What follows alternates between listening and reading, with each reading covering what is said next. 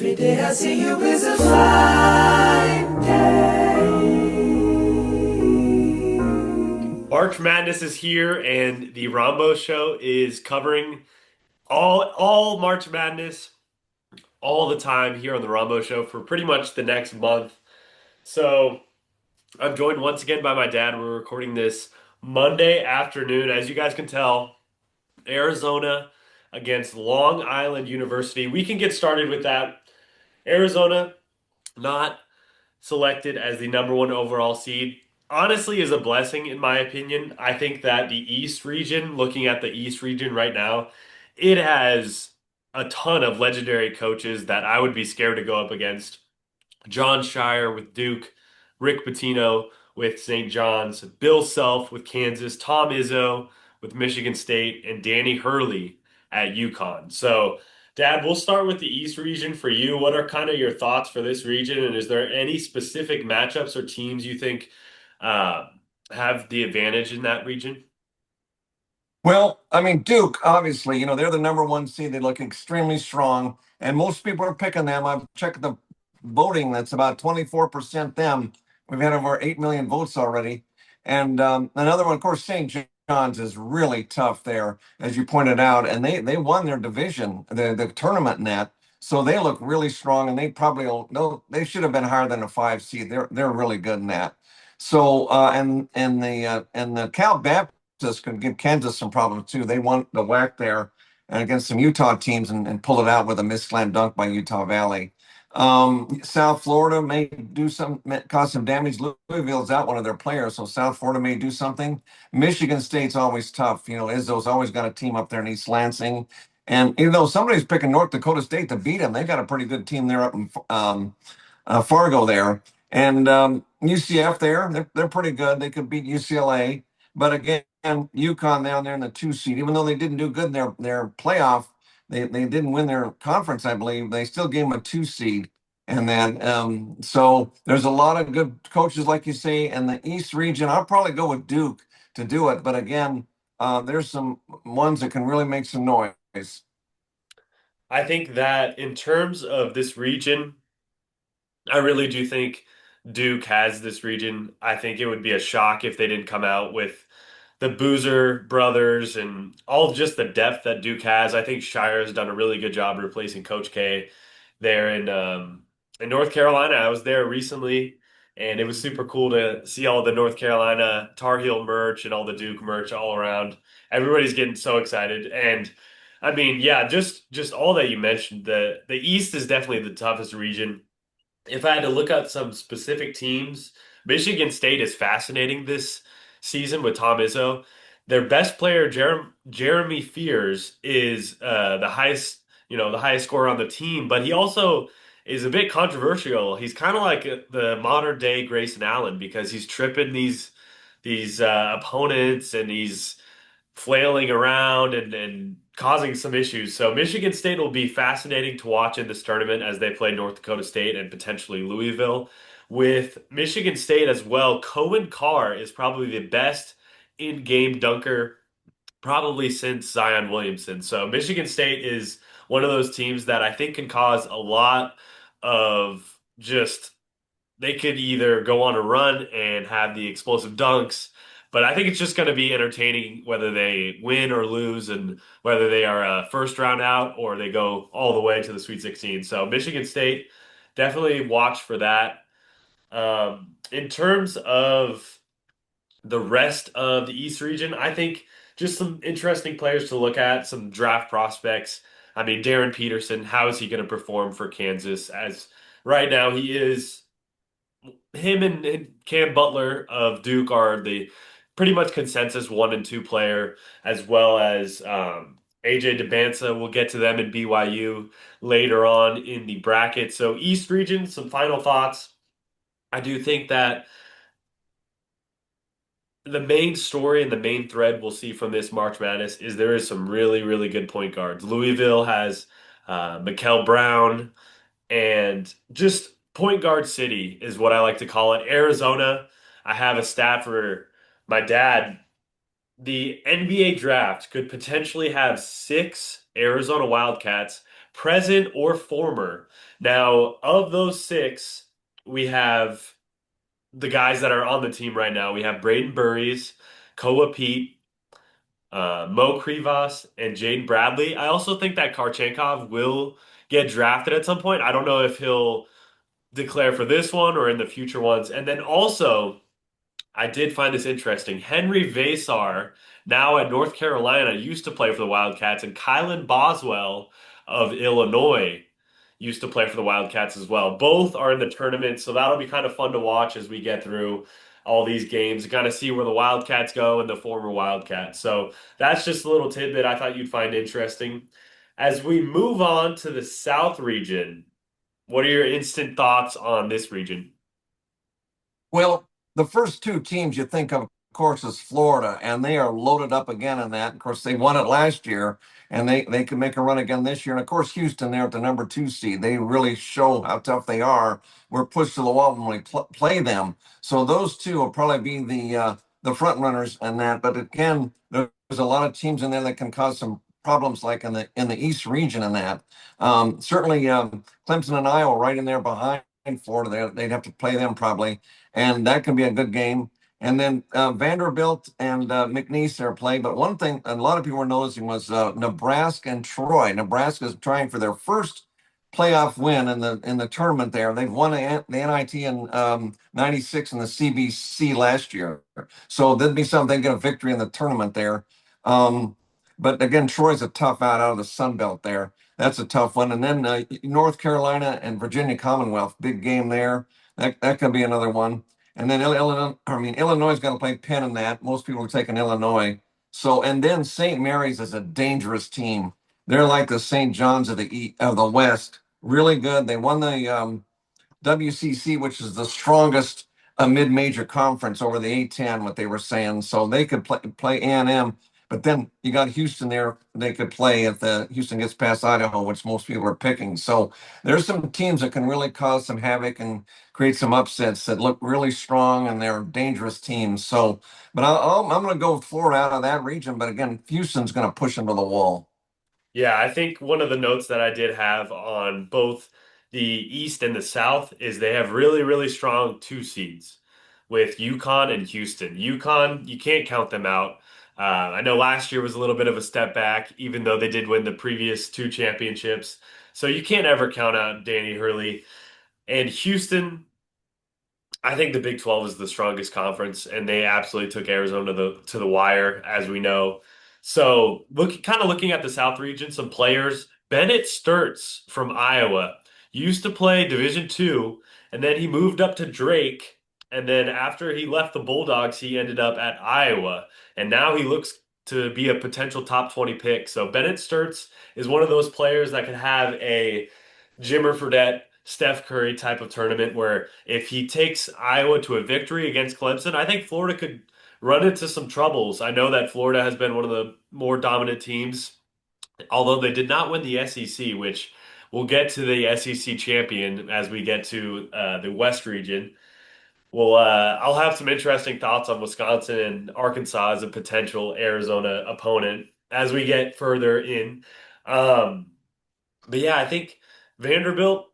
I think they, I think I'd probably have them as, one of the teams that I'm more confident in. I know the 5-12 matchups always get a little risky with it pretty much just being a coin flip, it seems like. North Carolina, it'll be interesting to see what they do without their star player, Caleb Wilson. Probably going to be a top five pick. He is out for the rest of the season with a broken hand, I believe, or a hand issue.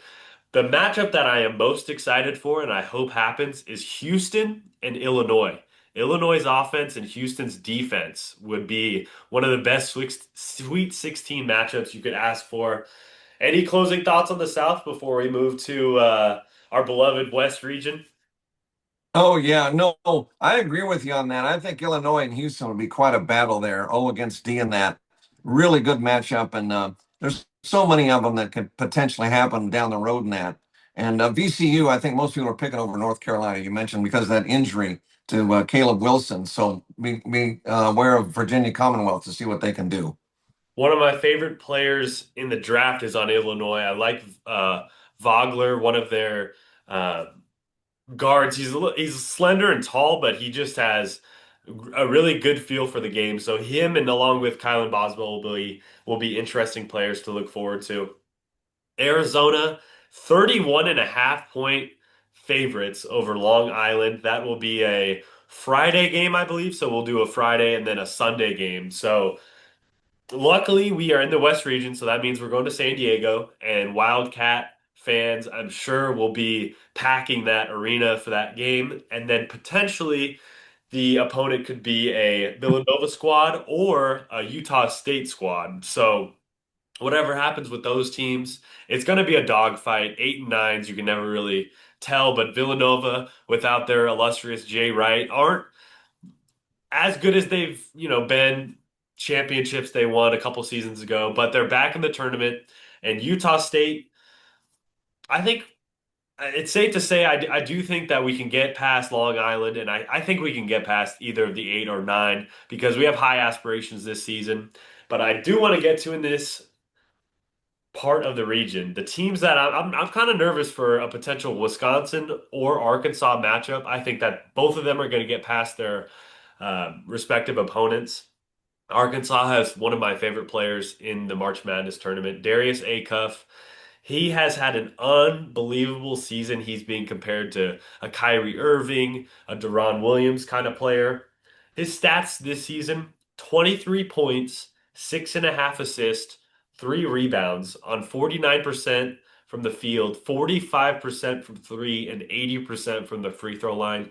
I think pretty much what a lot of people are saying is if it's a potential Arizona and Arkansas matchup in the Sweet 16, whoever wins that game and plays better between Braden Burries and Darius Acuff secures the top or the number five pick pretty much because the top four is pretty much solidified. But whoever wins that game, they could get some more money being a top five pick. So, what are your thoughts on Wisconsin and Arkansas as a potential matchup, and how do you kind of see the rest of this region shaking out? Well, yeah, I think Utah State's going to beat Villanova. I think Villanova's out of player, and they lost to Georgetown, who was 11 seed there, and so they didn't end up good. But Utah State rolled to both the Mountain West regular and conference tournament championships, so they are rolling along pretty good. And the Mountain West is one of the strongest leagues around in that. So Utah State's getting picked mostly, and that. So we'll have to work to get that. We aren't going to steamroll. They're going to be tough. But if we get on the next quartet of teams, Wisconsin, High Point, Arkansas, and Hawaii is must-see TV. It's worth a trip to Portland to watch those games. High Point, everybody's on that. The low seed, they're going to roll into the Sweet 16. They kind of picking them. But Wisconsin's really good too, and they can make a run too. So the winner of that game could really make some noise. And then some are even picking Hawaii to beat Arkansas, which is kind of rare. So that's quite a quartet there. One of those four we're going to have to face if we get past Utah State.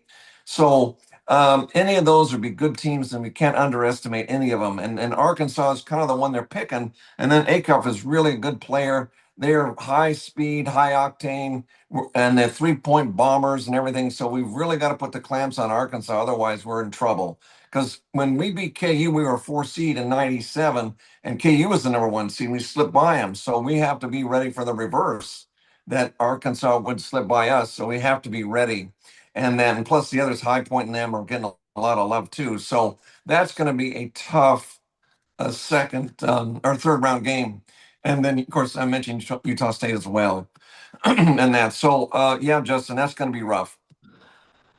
Some matchups in this region with the West region.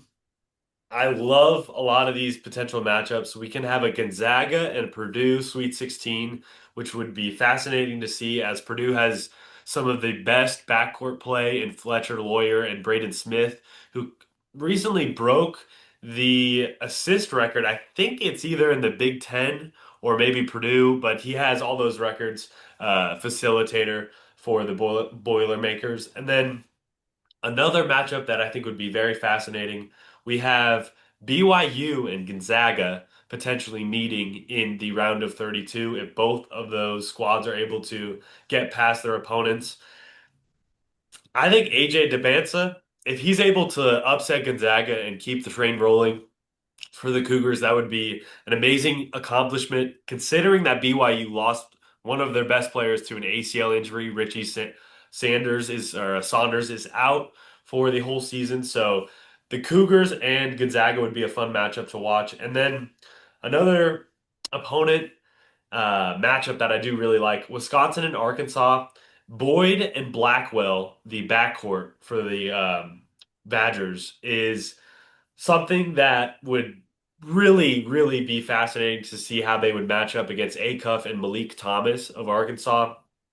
We've seen Wisconsin as a team has shot 39% from three, and they shoot the most in the country. So if Wisconsin's going to go on a run, they're going to have to just fire away threes, much like the Celtics in the NBA, just firing away threes. So and last but not least, for the West region, we could have a potential Gonzaga and Arizona matchup, which would be a master and a protege. As Tommy Lloyd was a disciple of Mark Few. He was a former assistant at Gonzaga, so that would be a fascinating matchup as well. I do think that Arizona, this is the year to do it. We got to go all the way to the Final Four because as a lot of these teams shake out, I just I just think really our toughest opponent, I guess, would be Purdue, as we could match up with them. But I just think that if you had to pick an opponent that you would least want to see down the road in the West region, who would it be? Purdue? Yeah, Purdue's really strong, Justin. We'll have to probably face them, but of course we'd have to get through Arkansas and them to get there. So it won't be any picnic in that, and it won't be a walk in the park to beat Purdue. That'll be a tough one. And the last region that we'll look at before we hit some various topics, the Midwest region. So in this region, we do have quite a bit of uncertainty, in my opinion. I think that this one is the most open, I would say, just in terms of the unpredictability of the one seed Michigan looking really shaky in the Big Ten tournament as they lost to Purdue. A lot of the speculation was Michigan's the right up there with Duke and Arizona as the best team in the country, and then they didn't weren't able to close the deal in their championship tournament. Another fascinating storyline: Tennessee as the sixth seed will face the winner of the first four game, which includes Miami of Ohio. And Miami of Ohio had only one loss. It was in their conference tournament game, and a lot of people was going to be really upset if an undefeated Miami of Ohio didn't make the tournament, but they were able to squeeze in as a first four in. So, with the Midwest region, do you have any thoughts on that? And do you think Miami of Ohio will be able to win in their first four game and go on a run, or what do you think for the Midwest region? Yeah, it's kind of tough. You don't want to leave them out. And the team that they probably bumped was OU because OU just missed it. And so that's probably it. But SMU is not going to be an easy game for them. So, the playing game for them to play Tennessee is going to be pretty exciting too. So, I'll give Miami of Ohio some credit there. They might do it. But again, Tennessee is going to be tough whoever wins that game. For the Midwest region, the teams that I do really like, Alabama offensively. I did have a prediction, but I think I might have changed my feelings about it. I had Alabama going to the Elite Eight, but there was news that broke today that their star point guard, Holloway, got arrested on a felony drug charge. So if he's not able to play and losing any player, let alone a key guard for the Crimson Tide, is a huge loss. So that might have to switch some of my thoughts. And then Texas Tech, which could be their opponent in the second round, lost JT Toppin a couple weeks ago to a season-ending ACL injury. So there's injuries all over the place. And then Michigan, another squad in that Midwest region, lost their will be out there with their point guard LJ Kaysen. So a lot of injuries are plaguing the Midwest region. In terms of who I feel the most confident about, I would just say with the uncertainty and everything kind of up in the air, I really do like Iowa State. I like Momlovich or Momlovich or something for Iowa State was absolutely going battle to battle, fight to fight with Del Orso, the 3-point barrage that did happen in that Big 12 tournament game. Iowa State would probably be my favorite now to come out of that, but I would not sleep on. I honestly do really like Georgia to potentially upset Michigan because Georgia and their high-powered offense, I think it could happen. I just think it's between Florida and Michigan. If the one seed is to go out sooner than you would expect, those would be the two that I think could go out sooner than people think. Yeah, I think Iowa State can win this region with, again, the issues with Michigan and the others have. Tech's got that out, but with Tech and Alabama short of players, who's going to advance? Because it's the other two in that foursome are Hofstra and Akron. So you could see a Cinderella come through that quartet there and that. But yeah, I wouldn't be surprised if Iowa State rolls in the and wins the Midwest Division and that. So if we do win Arizona the West, then we would have to play them to play for the national championship. So again, and have to all the cards have to fall just right. But Iowa State, I think, could win the Midwest in that. A team that, if you had to guess, a Power Four team that has never won a tournament game, who would you predict? There's only one. It's Nebraska. I learned that the day I was studying this morning, and they're the only one. And that's why it'd be so historic. I mean, they're a football school and have all kinds of tradition there, but they've never won it. Again, they won the NIT and the CBC. But if they were to win a tournament game, they'd go nuts in Lincoln there. So, and hopefully they can advance. But, Troy's a good team too. So that'd be an interesting matchup. That's must watch TV. But it'd be nice in Lincoln there if they could pull it out.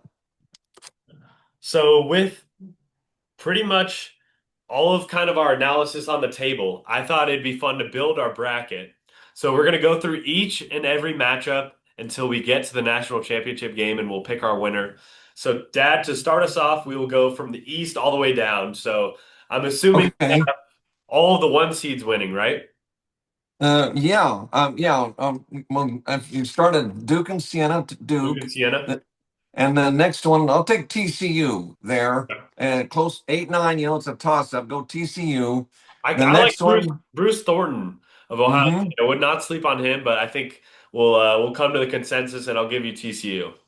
yeah. And I got a lot of love for Northern Iowa there in Cedar Rapids and all, but I think St. John's is going to take them and that. But you never know; those high seeds could pull it off, or not. Whether they're a 10 seed, 12 seed. So, but I'll go with St. John's. The next one, I'll go KU. They got to have a good game, but Cal Baptist, you never know. They were really flying around to win that whack there. But Cal go Baptist with K. has one of the better players that could go on a Jimmer Fredette type of run. Dominic Mhm. Daniels, he averaged over 23 points for them. I think he had a career high in one of the games with like 49 points. So don't be surprised if they're going to have to double him because if they have any shot to pull off the upset, they're going to ride on Daniel's shooting ability. So that's a player Right. to watch for sure in that matchup. Yeah, and he's only 5'10 also. Louisville and South Florida. Some are going South Florida because Louisville's out of player, I believe. So the boys in Tampa there, South Florida might do it. I'll go with them. Michigan State, North Dakota State. Now, North Dakota State, some are picking as that sleeper upset there from Fargo. They got some good players and all, but I'll still go Michigan State because Izzo, he's always got them ready. And UCLA and UCF, 10-7. Now, I'm going to go UCF on that one. They're so battle tested in the Big 12. Let's give it to them. And UConn and Furman there. I'll go UConn. And then in the South region and all, Florida, they got to play the Lehigh. What's that? Very Prairie few. View A&M, I guess it is. Yeah, winner. So I'll go Florida, and then Clemson, Iowa. That's going to be a tough matchup, but I'll go Iowa on that one. You mentioned one of the players that Iowa has, and Vanderbilt, McNeese. Go Vanderbilt on that. Nebraska and Troy again. Either one that'd be something they could win. But I'll go Nebraska, and then North Carolina, VCU. I'll go VCU. Illinois and Penn, go Illinois. St. Mary's and Texas A&M. Now, St. Mary's is a dangerous team. I'll go with them. Houston and Idaho up there in Moscow. Yeah, Houston, go with them. They're probably pretty heavily favored. Over in the West, you go Arizona and Long Island U. And if we have time, I got a little history on that Long Island. If we have time at the end of our video, I'll go Arizona to win that. Villanova and Utah State. I'll go Utah State. Um, Wisconsin and High Point. I'll go Wisconsin, but watch out for High Point. Arkansas and Hawaii. Go Arkansas. BYU and then NC State and Texas. Now, NC State and Texas, some people are predicting them to beat BYU, but I'll go BYU. Gonzaga and Kennesaw State. Go Gonzaga. Miami, Florida, and Missouri. Another 7-10. I'll go with Miami. They got a lot of transfers from other schools, and then they really built it up good in there in Coral Gables. Purdue and Queens. That's out of North Carolina there. Go for Purdue. The Midwest region, Michigan over either Howard or University of Maryland, Baltimore County. Go with Michigan. But again, you see they've got problems, so they may not win this, like we're saying. Georgia and St. Louis. St. Louis is a pretty good team too, but I'll go Georgia. Texas Tech, even with that injured at top, and they got another player who's injured, but he's coming back. Go with Tech. Alabama and Hofstra, even with Alabama's, was Aiden Holloway's his name? Yeah. He's out. So I'll go still with Alabama. Tennessee is either got SMU or Miami of Ohio. Let's go Tennessee. Virginia and Wright State. Wright State's near Dayton, if you're wondering. Virginia, I'll go with them. Kentucky and Santa Clara. Santa Clara out of that West Coast Conference again. I'll go Kentucky. And then down there at the bottom there, Iowa State and Tennessee State. I'll go with Iowa State to win that. Those are what I got so far, Justin. I don't know what we differ on, but those are the first round picks. Okay, so I put all of your picks in. I mean, you love to go chalk, I see. Not a lot of upsets, but last year I know that a lot of the earlier rounds were a lot of chalk, and we'll have to see what happens because the talent is spread all about across college basketball, and we see the transfer portal allows the ability for these players to kind of pick and choose and be free agents pretty much at the end of every season. So with all those picks being in place, we have the round of 32, the Rombough show. I'm sticking with all those picks and let's get into it. So Duke and TCU, I think Duke is just headed straight to the Final Four. I really don't see any of these teams stopping them. So I'm going to have to take Duke in that matchup. And then in the next matchup, I think I'd probably have to agree that it is going to be St. John's and Kansas, Rick Pitino and Bill Self. I just think Kansas has just been so up and down this season. They did have the victory against Arizona at home, and they have had their moments, but I just think St. John's is different. The fact that they were able to annihilate UConn in the Big East championship game, beat them by 20 points, says a lot. And I was just going to say it as you did. St. John's should be a lot higher than a 5 seed. So watch out for St. John's. South Florida and Michigan State. The South Florida upset I could totally see happening. Louisville. I thought they were going to do a lot better in the ACC tournament than they did. They went out sooner than I thought. And Tom Izzo, he's had some great seasons, but he's also had a lot of disappointments in March, getting upset as a high seed. So I think Michigan State has to step up to the plate, and I really do want to see Cohen Carr get some high flying dunks and Jeremy Fears trip some more players and try to hit him in the nuts, which he's done multiple times. And then we got UConn and UCF. UConn, I just think that they don't really lose to inferior opponents when they are in the big dance. So UConn, I got to go with them. And then in the South region, Florida and Iowa. Iowa, I don't know. I mean, both teams fell short in their conference tournaments. So I don't know if I want to quite pick that as an upset. I think it could be a Sturts. He could put on a show and move himself into the top 15 if he wanted to. I just think Florida has too much size with Thomas Howe and the rest of that front court. I got to go with Florida in that matchup.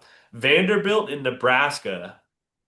Vandy showed a lot of people that they're not just a recent dominant football school, but they also are a basketball school getting a top 5 seed. I just feel like I think Troy and Nebraska could be a lot closer than the experts think. Troy has a player, Victor Valdez. They call him the Mexican Luka Doncic. He could definitely put up some numbers in that game, but I do have Nebraska going out with the victory. But then, that's just such a tough matchup. I'd probably have to go Vanderbilt if I had to choose, just because they had such a tough schedule in the SEC. Illinois and VCU, with North Carolina getting upset in that game. I have Illinois in that one, and then Houston as well. That's going to be such a fun matchup to talk about.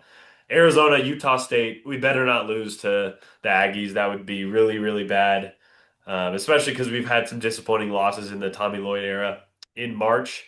Wisconsin, Arkansas, I think that would be by far the most entertaining game in the round of 32. It's going to be a tough game, but I do think that I got to go with Darius Acuff in Arkansas. He's just been so dominant this season, and I really hope that he can win two games because Arizona's coming for him in the Sweet 16. We're going to send everybody we have at him if we are facing them. BYU and Gonzaga. I think Gonzaga is just going to take it. BYU without Saunders, it's it's going to be too tough for them to continue on in the tournament. Purdue and Miami. I think Purdue, with their experience, a lot of those players have been on the team for multiple seasons.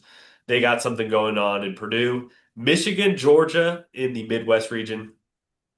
I don't know. It's going to be that would be an interesting matchup because Georgia has the high-paced offense, and Michigan, we saw them kind of fall apart there. With that case and injury, I just think it's going to be a fun matchup, but I'd have to go Michigan in a close one. Lindenborg is just too dominant of a player for them. Texas Tech and Alabama, I think it could be, it's just kind of a interesting matchup because Holloway and Toppin are out for their respective teams. I got to go with Alabama, though. Just the explosive offense. Texas Tech kind of folded uh, later in the season. And then Virginia and Tennessee. I gotta go with, I don't know, that's a tough matchup. I do like Nate Ament of Tennessee. He's a lengthy freshman. I think he could put up some numbers, and I think Tennessee will beat Virginia. And then we got Kentucky and Iowa State. I think this Kentucky team is not like ones of recent in terms of, I just really haven't heard much of them all season. I gotta go with Iowa State. And then as we get to the Sweet 16, who do you have in a Duke St. John's matchup? Duke. And then we got Michigan State, UConn. You going UConn or Michigan State? UConn, Got UConn there. And then we got Florida and Vandy, Florida, Illinois, Houston. Houston, And then we got an Arizona, Arkansas matchup. We got to go with the A. Arizona, Gonzaga, Purdue, Purdue, Michigan, and Alabama. Michigan, Rose Bowl rematch of a couple seasons ago. And then we got Tennessee and Iowa State. Iowa State. Okay, so we got all ones and all twos in the Elite Eight. I'm sure that's exactly how it's going to turn out with no major teams being high seeded going all the way like St. Pete or any of those teams. So we got Duke and UConn. This would be a fascinating matchup. But like I said, Duke's on a different playing field than everybody else other than Arizona. So I got Duke advancing. And then we got Florida and Houston. Who do you like in this matchup? Houston, I got Houston as well. Arizona and Purdue, this would be a fascinating matchup. We got Arizona, Braden Smith, Fletcher Lawyer, one of the best backcourts in the country. And I think it would be a battle. I really do think it would be a battle. Number one seeds have won six straight against number two seeds, and they're 41 and 30 against them overall, 57%. The last win by a two seed was Michigan State over Duke in the 2019 Elite Eight. I think we got to go with Arizona there. And then last but not least, in the Elite Eight, Michigan and Iowa State. Iowa State and Arizona, I think we need a rematch. yep, Iowa State. So we have three Big 12 teams in the Final Four, which would be absolutely outstanding. I also think it's not too far from being a realistic possibility because the Big 12, I mean, you could call us biased, but it's been the best conference in basketball. Duke and Houston would be an absolute bloodbath, but I think we got to go with the Blue Devils. I'm gonna go with Houston. Okay. So that's Yeah. where we defer. And then Arizona and Iowa State. So you got Houston and Arizona in the final. Yep, Houston and Arizona winning. And it was just the same order we did in the Big 12. We're going to play both of them back to back. Both will be really close games. We're going to pull it out over Houston by like 3 points or so. What do you have the score being? 75-72. 75-72. All right, we're locking it in. Arizona over Houston. A rematch of the Big 12 championship. That would be fascinating because watching all the games, the conference games, Arizona and Iowa State was the best one, and Houston and Arizona wasn't too far off. So if we actually get that in real life, that would be amazing. Thanks for joining, Dad. Any closing thoughts on March Can I Madness? talk about Long Island U or whatever? Yeah. We got time? Okay. This is very historic. We played them 75 years ago, only one time. And we played them in 1951 at Bear Down Gym, and we won 62-61. And LIU was on a 16-game winning streak and ranked number 2 in the nation. And it was the biggest victory in the history of Bear Down Gym for Arizona. And we won many border conference championships back then. And it was a huge upset in that. Claire B was LIU's coach in that. And we had some Tucson Rays players, Bob Hania, Roger Johnson, Leo Johnson, and Jack Howard, the leaders of that game to pull it out. And again, one of the biggest victories, and it's something we get to play Long Island after 75 years. And I remember when I was a boy looking at pictures through the U of A, I noticed we played LIU, and I always remembered that. I said, I'm going to pull it up and look it out. And we did. And it'd be something if anybody was still around that went to that game, or are they descendants of people that attended that game? Because Bear Down only seated 3,200, and I don't know how many went to that game. But it'd be interesting if anybody knew anybody that attended that game 75 years ago. So it was a very historic thing. And then we're probably the only podcast crew that's talked about that game. Great way to end it. Thanks for joining. Thanks for having me, Justin. Really appreciate it.